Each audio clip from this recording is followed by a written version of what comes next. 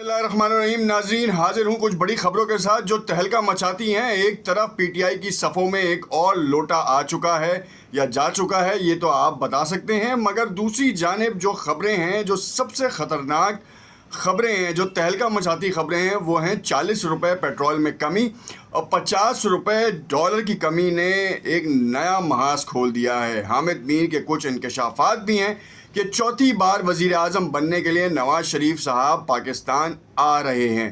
21 اکتوبر کو مینار پاکستان پہ وہ جلسہ کر رہے ہیں. اب یہ تمام وثوق ختم ہو گئے ہیں. حامد میر نے اس حوالے سے بڑی اہم بریکنگ نیوز بھی دی ہیں، اور جو نیا کھلاڑی سامنے آ رہا ہے جو کہ اپنی وفاداری چینج کرنے والا ہے، وہ کون ہے، وہ بڑا اہم نشان ہے. کیونکہ آج فروخ حبیب نے جس طریقے سے 9 مئی کا ملبہ عمران خان کے اوپر ڈالا اور انہوں نے اپنی جان اس طرح چھڑائی کہ کچھ جو ہے رہنماؤں کو وہ ٹاسک دیا گیا، تو قانون نافذ کرنے والے ادارے بخوبی جانتے ہیں کہ انہوں نے کس طریقے سے اپنے آپ کو الگ کیا. اگر تو واقعی عمران خان اس معاملے میں کلپریٹ ہیں اور ان کی جو ہے ہدایات ان میں سے کسی ایک کے پاس بھی ہیں، تو پھر وہ ثبوت عدالتوں کی جانب لے کے جائیں. نہیں تو اس وقت کی موجودہ پی ٹی آئی کو ایک پٹیشن فائل کرنی چاہیے اور ایسے تمام رہنما جو کہ ماضی میں سیاست سے علیحدگی کا جو ہے اعلان کر چکے ہیں اور ایک الزام تراشی کے اوپر گئے ہیں، تو ان کے خلاف مقدمہ بھی درج کرنا چاہیے تاکہ تحقیقات ہوں اور عوام کو بھی پتہ چلے کہ عمران خان چور ہے، عمران خان نیب سے گھڑی لے کے جا رہا ہے، اپنے ذاتی فائدے کے لیے لے کے جا رہا ہے. القادر ٹرسٹ کو جو ہے وہ اپنے ذاتی فائدے کے لیے جو ہے بنایا گیا، اور جو ٹرسٹ کی رقم ہے وہ اس نے اپنے ذاتی بینک اکاؤنٹس میں رکھی ہے. یہ تمام چیزیں آپ کو دیکھنی ہوں گی اور ان سب چیزوں کے جوابات جو ہے وہ عوام جاننا چاہتی ہے. ناظرین، فروخ حبیب نے بڑے اہم مدعے پہ بات کی ہے، خاص طور پہ مئی 9 کے سانحے کے اوپر کہ آج سے قبل کبھی بھی کور کمانڈر لاہور کے اعتراف میں کبھی بھی احتجاج نہیں ہوا. تو کہنے کا مطلب یہ ہے کہ جس دن مئی 9 میں احتجاج ہوا تھا، اگر وہ سو رہے تھے، ان کی وائف نے بتایا کہ کیا معاملہ ہوا، تو پھر اس کے بعد وہ غائب کہاں رہے؟ جب وہ کلین تھے تو ان کو کیسے جو ہے وہ غائب رہے اور اپنی وفاداری کیوں چینج کر لی؟ یہ بڑے ایک سوال، اہم سوال ہیں. کیونکہ اگر محمد علی خان جیسے لوگ جو ہیں وہ اگر کلین ہیں تو وہ باہر آئیں، اور عدالتوں کی وجہ سے ہی باہر آئے ہیں. 7 بار گرفتار ہونے والے علی خان اور ساتھ میں قاسم سوری آپ سب کے سامنے ہیں کہ ان کے ساتھ کس طریقے کا معاملہ کیا. گنڈا پور صاحب آپ کے سامنے ہیں. اسی طریقے سے متعدد رہنما جن کا کوئی تعلق نہیں تھا وہ واپس آ گئے. عمران خان کے اوپر 175 کیسز ہیں، اور اس 175 کیسز میں جو ہیں وہ تقریباً کم و بیش 175 کیسز ہیں، اور ان کے کیسز میں کبھی ضمانتیں ہیں تو کبھی جو ہیں وہ گرفتاری ہے. گرفتاری تو وہ ہے ہی ہیں، گرفتار ہیں. اور اس وقت جو تفتیش ہے وہ جیل کے اندر ہو رہی ہے. اب باقاعدہ طور پر جو کہہ لیں کہ عمران خان کے کیس کی سماعت ہے وہ بھی جیل کے اندر ہوگی، کیونکہ لاسٹ ٹائم جو جیل کے اندر ہو رہی تھی اس کے اوپر پٹیشن فائل کی گئی تھی، ایک درخواست دی گئی تھی، اس کے اوپر بھی فیصلہ آیا اور اب وہ جیل کے اندر ہوگا. کیوں؟ کیونکہ عمران خان کی جان کو خطرات تھے، اس وجہ سے جیل کے اندر ہی سماعت مقرر کی گئی ہے. مگر جو ایکس ہے، جو فارملی ٹویٹر تھا، اس کے اوپر بہت سے لوگوں کے سوالات بھی تھے.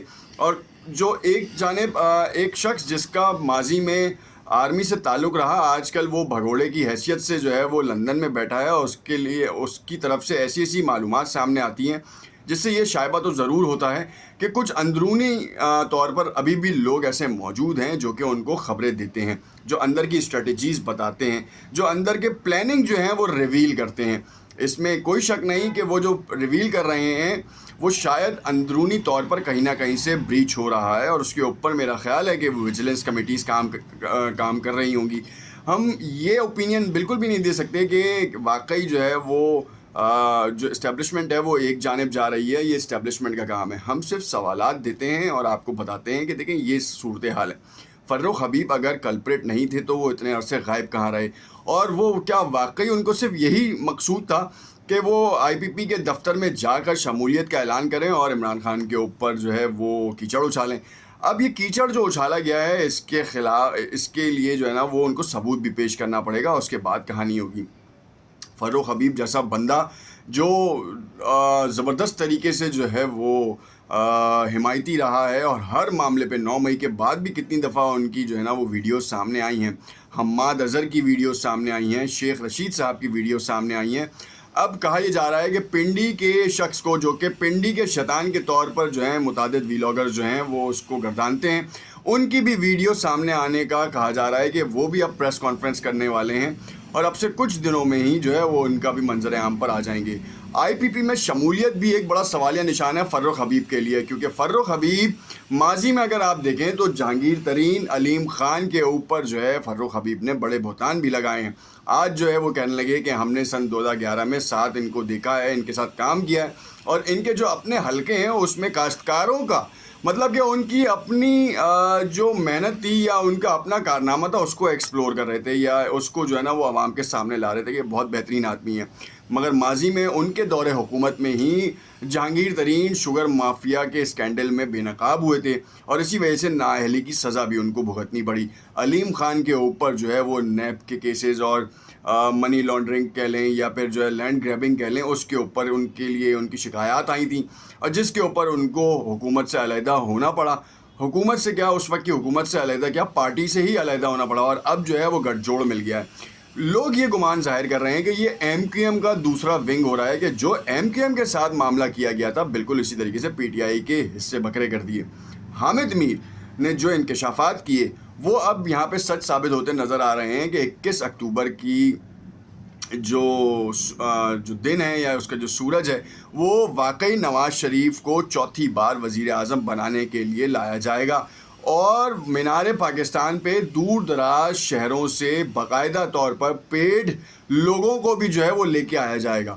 اور جو کہا جا رہا ہے کہ 10 لاکھ رانا ثناء اللہ صاحب نے یہ گمان کہا ظاہر کیا، یا سمجھ لیں کہ پارٹی کے متعدد لوکل رہنماؤں کو آفرز کی گئیں کہ اتنے بندے لاؤ تو یہ 125 مل جائے گی، اتنے بندے لاؤ تو یہ کام ہو جائے گا۔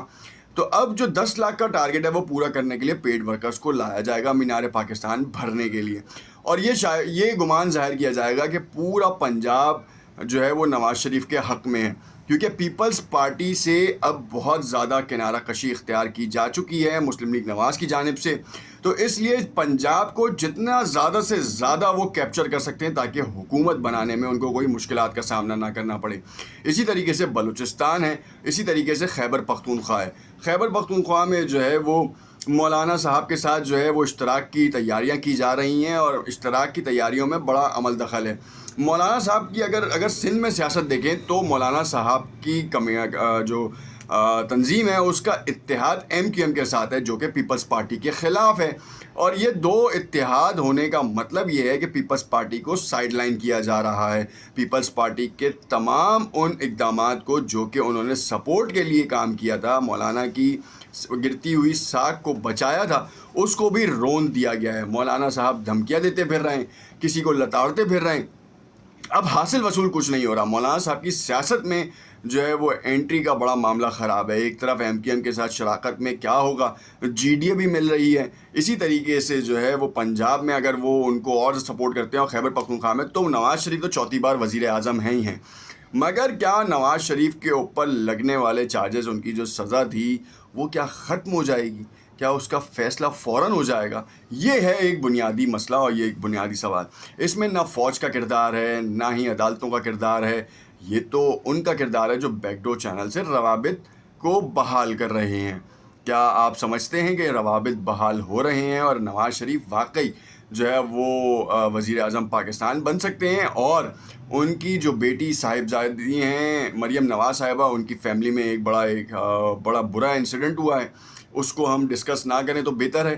مگر ان کے اس انسیڈنٹ کے بعد جو ہے وہ سی ایم پنجاب کی کرسی پر ان کو بٹھایا جائے گا۔